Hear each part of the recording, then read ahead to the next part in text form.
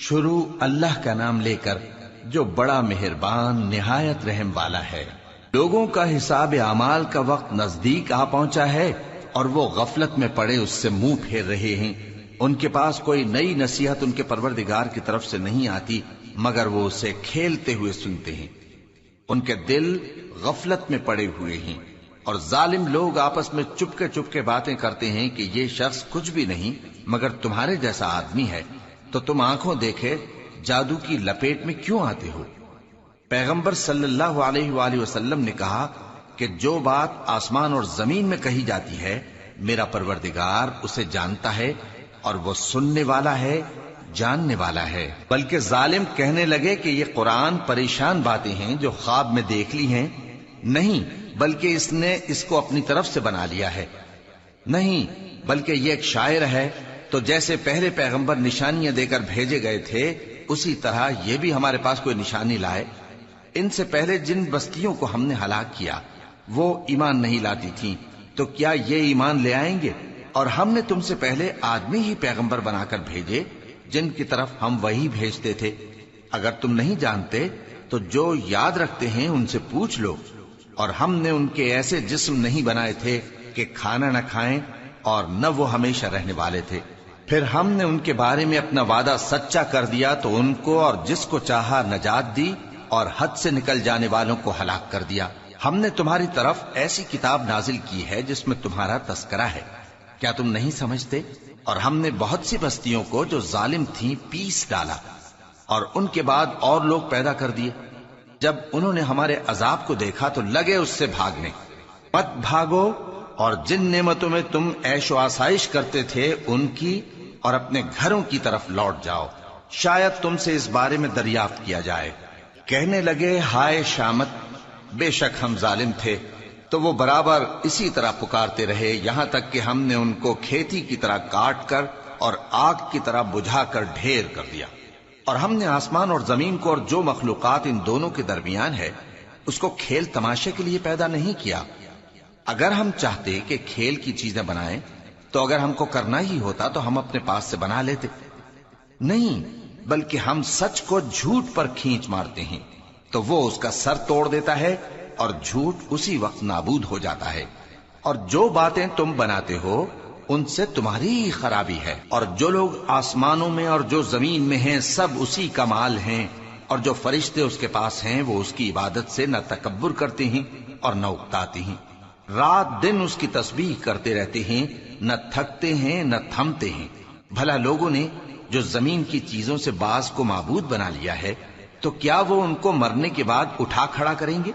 اگر آسمان اور زمین میں اللہ کے سوا اور معبود ہوتے تو زمین و آسمان درہم برہم ہو جاتے۔ جو باتیں یہ لوگ بناتے ہیں تو اللہ جو مالک عرش ہے ان باتوں سے پاک ہے۔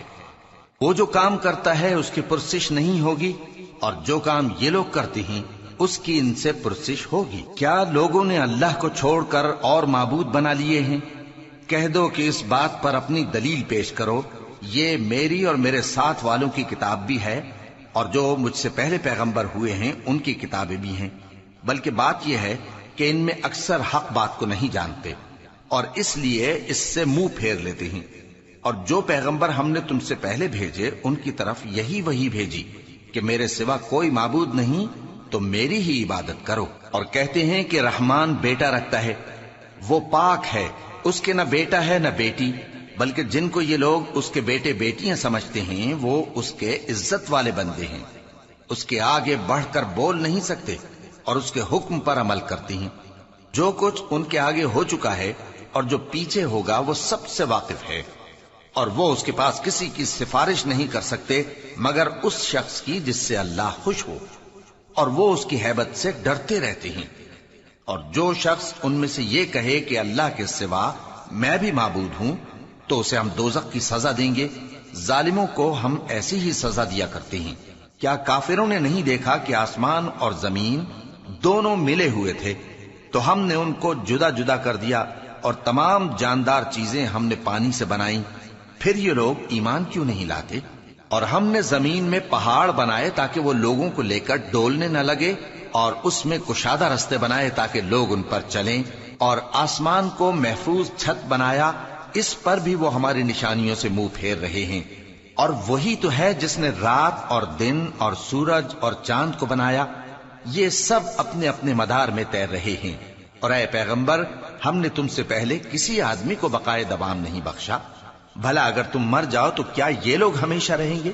ہر شخص کو موت کا مزہ چکھنا ہے، اور ہم تم لوگوں کو سختی اور آسودگی میں آزمائش کے طور پر مبتلا کرتے ہیں، اور تم ہماری طرف ہی لوٹ کر آؤ گے۔ اور جب کافر تم کو دیکھتے ہیں تو تم سے ہنسی کرتے ہیں کہ کیا یہی شخص ہے جو تمہارے معبودوں کا ذکر برائی سے کیا کرتا ہے، حالانکہ وہ خود رحمان کے ذکر سے منکر ہیں۔ انسان کچھ ایسا جلد باز ہے کہ گویا جلد بازی ہی سے بنایا گیا ہے۔ میں تم لوگوں کو عنقریب اپنی نشانیاں دکھاؤں گا تو تم مجھ سے جلدی نہ کرو۔ اور کہتے ہیں کہ اگر تم سچے ہو تو جس عذاب کی یہ وعید ہے وہ کب آئے گا؟ اے کاش کافر اس وقت کو جانیں جب وہ اپنے چہروں پر سے دوزخ کی آگ کو روک نہ سکیں گے، اور نہ اپنی پیٹھوں پر سے، اور نہ ان کا کوئی مددگار ہوگا، بلکہ قیامت ان پر یکا یک آ واقع ہوگی اور ان کے ہوش کھو دے گی۔ پھر تو نہ وہ اس کو ہٹا سکیں گے اور نہ ان کو مہلت دی جائے گی۔ اور تم سے پہلے بھی پیغمبروں کا مذاق اڑایا جاتا رہا ہے، تو جو لوگ ان میں سے تمسخر کیا کرتے تھے ان کو اسی عذاب نے جس کی ہنسی اڑاتے تھے آ گھیرا۔ کہو کہ رات اور دن میں رحمان سے تمہاری کون حفاظت کر سکتا ہے؟ بات یہ ہے کہ یہ اپنے پروردگار کی یاد سے منہ پھیرے ہوئے ہیں۔ کیا ہمارے سوا ان کے اور معبود ہیں کہ ان کو مصائب سے بچا سکیں؟ وہ آپ اپنی مدد تو کر ہی نہیں سکیں گے، اور نہ ہماری طرف سے ان کی رفاقت ہوگی، بلکہ ہم ان لوگوں کو اور ان کے باپ دادا کو متمتع کرتے رہے، یہاں تک کہ اسی حالت میں ان کی عمریں بسر ہو گئیں۔ کیا یہ نہیں دیکھتے کہ ہم زمین کو اس کے کناروں سے گھٹاتے چلے آتے ہیں؟ تو کیا یہ لوگ غلبہ پانے والے ہیں؟ کہہ دو کہ میں تم کو وحی کے مطابق خبردار کرتا ہوں، اور بہروں کو جب تنبیہ کی جائے تو وہ پکار کو سنتے ہی نہیں۔ اور اگر ان کو تمہارے پروردگار کا تھوڑا سا عذاب بھی پہنچے تو کہنے لگیں کہ ہائے کمبختی، ہم بے شک گناہگار تھے۔ اور ہم قیامت کے دن انصاف کی ترازو کھڑی کریں گے تو کسی شخص کی ذرا بھی حق تلفی نہ کی جائے گی، اور اگر رائی کے دانے کے برابر بھی کسی کا عمل ہوگا تو ہم اس کو لا موجود کریں گے، اور ہم حساب کرنے کو کافی ہیں۔ اور ہم نے موسیٰ اور ہارون کو ہدایت اور گمراہی میں فرق کر دینے والی اور سر تا پا روشنی اور نصیحت کی کتاب عطا کی، یعنی پرہیزگاروں کے لیے جو بن دیکھے اپنے پروردگار سے ڈرتے ہیں اور قیامت کا بھی خوف رکھتے ہیں۔ اور یہ مبارک نصیحت ہے جسے ہم نے نازل فرمایا ہے، تو کیا تم اس سے انکار کرتے ہو؟ اور ہم نے ابراہیم کو پہلے ہی سے ہدایت دی تھی، اور ہم ان کے حال سے واقف تھے جب انہوں نے اپنے باپ اور اپنی برادری والوں سے کہا کہ یہ کیسی مورتی ہیں جن کی پرستش پر تم لوگ جمے ہوئے ہو۔ وہ کہنے لگے کہ ہم نے اپنے باپ دادا کو ان کی پرستش کرتے دیکھا ہے۔ ابراہیم نے کہا کہ تم بھی گمراہ ہو اور تمہارے باپ دادا بھی کھلی گمراہی میں پڑے رہے۔ وہ بولے کیا تم ہمارے پاس واقعی حق لائے ہو یا ہم سے کھیل کی باتیں کرتے ہو؟ ابراہیم نے کہا نہیں، بلکہ تمہارا پروردگار آسمانوں اور زمین کا پروردگار ہے جس نے ان کو پیدا کیا ہے، اور میں اس بات کا گواہ اور اسی کا قائل ہوں۔ اور اللہ کی قسم جب تم پیٹ پھیر کر چلے جاؤ گے تو میں تمہارے بتوں سے ایک چال چلوں گا۔ پھر ان کو توڑ کر ریزہ ریزہ کر دیا، مگر ایک بڑے بت کو نہ توڑا تاکہ وہ اس کی طرف رجوع کریں۔ کہنے لگے کہ ہمارے معبودوں کے ساتھ یہ معاملہ کس نے کیا؟ وہ تو کوئی ظالم ہے۔ لوگوں نے کہا کہ ہم نے ایک جوان کو ان کا ذکر کرتے ہوئے سنا ہے، اسے ابراہیم کہتے ہیں۔ وہ بولے کہ اسے لوگوں کے سامنے لاؤ تاکہ وہ گواہ رہیں۔ جب ابراہیم آئے تو بت پرستوں نے کہا کہ ابراہیم، بھلا یہ کام ہمارے معبودوں کے ساتھ تو نے کیا ہے؟ ابراہیم نے کہا بلکہ یہ ان کے ان بڑے بت نے کیا ہوگا، اگر یہ بولتے ہوں تو ان سے پوچھ لو۔ انہوں نے اپنے دل میں غور کیا تو آپس میں کہنے لگے بے شک تم ہی بے انصاف ہو۔ پھر شرمندہ ہو کر سر نیچا کر لیا۔ اس پر بھی ابراہیم سے کہنے لگے کہ تم جانتے ہو یہ بولتے نہیں۔ ابراہیم نے کہا پھر تم اللہ کو چھوڑ کر کیوں ایسی چیزوں کو پوجتے ہو جو نہ تمہیں کچھ فائدہ دے سکیں اور نہ نقصان پہنچا سکیں؟ تف ہے تم پر اور جن کو تم اللہ کے سوا پوجتے ہو ان پر، کیا تم عقل نہیں رکھتے؟ تب وہ آپس میں کہنے لگے کہ اگر تمہیں اس سے اپنے معبودوں کا انتقام لینا اور کچھ کرنا ہے تو اس کو جلا ڈالو اور اپنے معبودوں کی مدد کرو۔ ہم نے حکم دیا اے آگ سرد ہو جا اور ابراہیم پر سلامتی والی بن جا۔ ان لوگوں نے برا تو ان کا چاہا تھا مگر ہم نے انہی کو نقصان میں ڈال دیا اور ابراہیم اور لوط کو اس سرزمین کی طرف بچا نکالا جس میں ہم نے اہل عالم کے لیے برکت رکھی تھی. اور ہم نے ابراہیم کو اسحاق عطا کیے اور اس کے بعد مزید یعقوب بھی. اور ہم نے سب کو نیک بنایا تھا اور ہم نے ان کو پیشوا بنایا کہ ہمارے حکم سے ہدایت کرتے تھے اور ان کو نیک کام کرنے اور نماز پڑھنے اور زکات دینے کا حکم بھیجا اور وہ ہماری ہی عبادت کیا کرتے تھے. اور لوط کا قصہ یاد کرو جب ان کو ہم نے حکمت و نبوت اور علم بخشا اور اس بستی سے جہاں کے لوگ گندے کام کیا کرتے تھے بچا نکالا. بے شک وہ برے اور بد کردار لوگ تھے اور انہیں اپنی رحمت میں داخل کیا. کچھ شک نہیں کہ وہ نیک کرداروں میں تھے. اور نوح کا قصہ بھی یاد کرو جب اس سے پیشتر انہوں نے ہمیں پکارا تو ہم نے ان کی دعا قبول فرمائی اور ان کو اور ان کے ساتھیوں کو بڑی گھبراہٹ سے نجات دی. اور جو لوگ ہماری آیتوں کی تکذیب کرتے تھے ان پر نصرت بخشی.